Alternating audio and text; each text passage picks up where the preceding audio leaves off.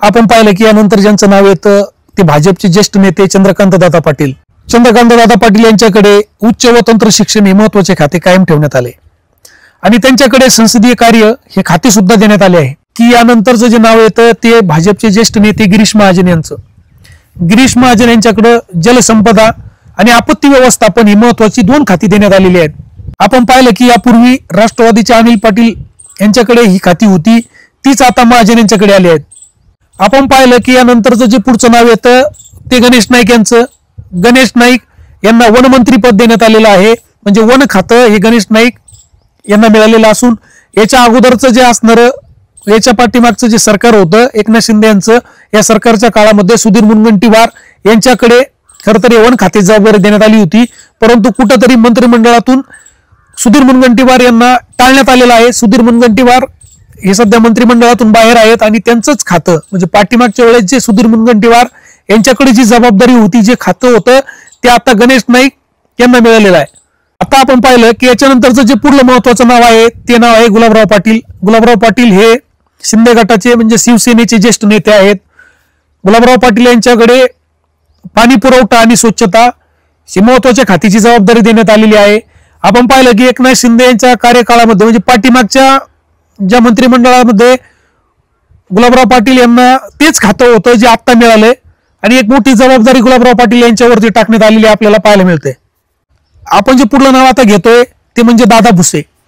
एकनाथ शिंदे गटाचे ज्येष्ठ नेते, एकनाथ शिंदे यांचे विश्वासू सहकारी म्हणून सुद्धा दादा भुसे यांच्याकडे पाहिलं जातं. दादा भुसे यांना शिक्षण मंत्री हे महत्वाचं खातं देण्यात आलं आहे. की पाठीमागच्या एकनाथ शिंदे यांच्या कार्यकाळामध्ये एकनाथ शिंदे यांचे असणारे पक्षाचे ज्येष्ठ नेते दीपक केसरकर यांच्याकडे हे पद होतं. आपण पाहिलं की एकनाथ शिंदे यांच्या मंत्रिमंडळातून केसरकर यांना डच्चू मिळालेला असून आता ते शिक्षण मंत्री पद हे दादा भुसे यांना देण्यात आलेलं आहे आणि एक मोठी जबाबदारी दादा भुसेंवरती एकनाथ शिंदे यांनी टाकलेली आपल्याला पाहायला मिळते. पण जे पुढचं नाव पाहतोय ते नाव आहे शिवसेनेचे ज्येष्ठ नेते संजय राठोड. संजय राठोड यांच्याकडे मृदा आणि जलसंधारण हे महत्वाचं खातं देण्यात आलेलं आहे. म्हणजे पाठीमागच्या कार्यकाळामध्ये म्हणजे एकनाथ शिंदे यांच्या सरकारमध्ये संजय राठोड यांच्याकडे मृदा आणि जलसंपदा हीच खातं होतं आणि पुन्हा एकदा त्याच खात्याची जबाबदारी संजय राठोड यांना कुठेतरी मिळालेली पाहायला मिळते.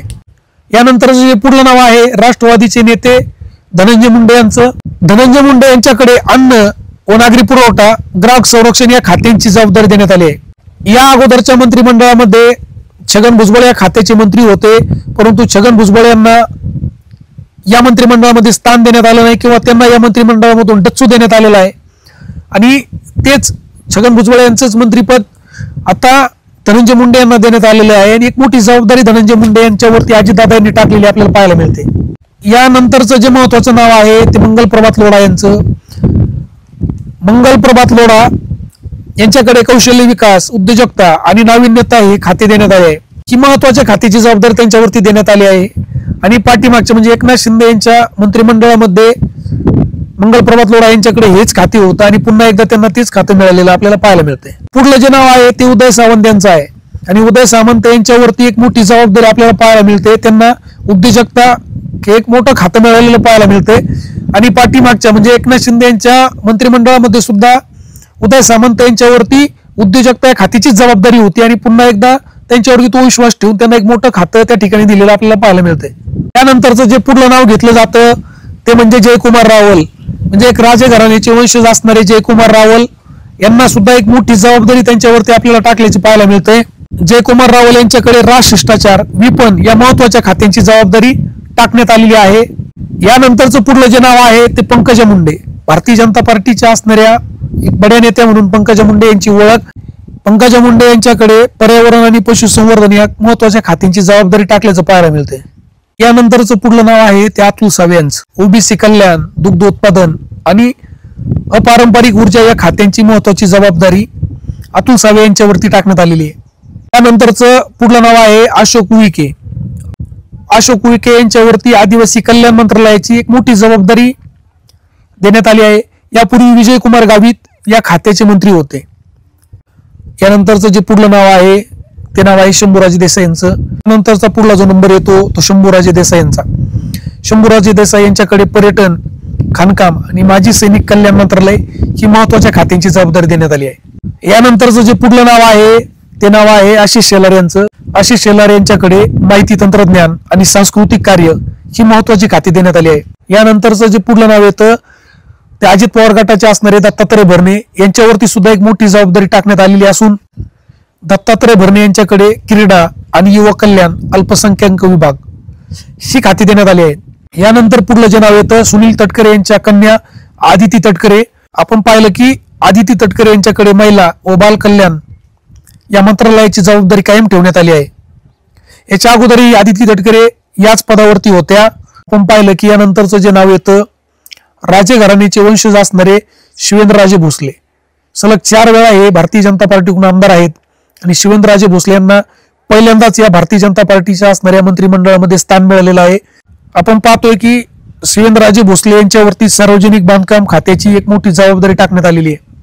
यानंतरचं पुढलं जे नाव आहे ते अजित पवार गटाचे असणारे ज्येष्ठ नेते माणिकराव कोकाटे.